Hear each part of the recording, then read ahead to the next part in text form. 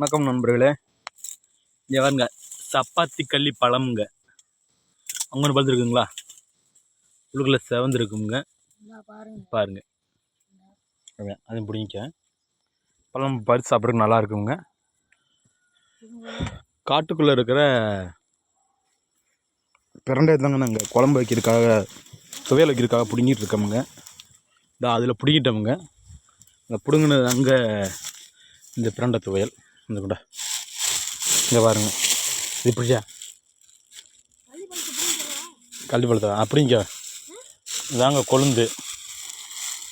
இதில் சைடில் இருக்கிறது பூரா உரிச்சு போட்டு அப்படியே தக்காளியில் போட்டு வதக்கி சாப்பிட்டோம்னா சூப்பராக இருக்குங்க. துவையல் இப்போ சமைப்பாங்க. அதுக்கு தான் கொடுக்க வந்துருக்குறோம். எங்கிட்ட இருக்குங்க இல்லையே பிரண்டை. அந்த செந்துக்கள் இருக்குமா? எங்கண்ணா இந்த செடி இல்லையா? அந்த இருக்குது பாருங்கள் நண்பர்களே. இந்தா பிரண்டை கொழுந்துங்க. இதுதாங்க கிள்ளி நாங்கள் சமைக்கிறதுக்காக வந்திருக்கேன். இப்போ இதில் ஒன்று தாங்க கிடச்சிருக்கு. நான் விளாண்டா இல்லை. பாருங்கள் நண்பர்களே, பிரண்டை கொழுந்து. அதாவது மலைப்பகுதிக்குள்ளே தான் இது இருக்குது. இயற்கையாகவே தளைஞ்சு வரக்கூடியதுங்க.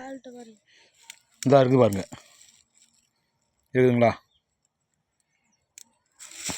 இதாங்க பிரண்டை கொழுந்து சமைப்பதற்காக இப்போ வந்திருக்கோமுங்க. என் மயக்காக இருந்தாங்க பாருங்கள் நண்பர்களே. அடுத்ததில் எடுத்துக்கோ.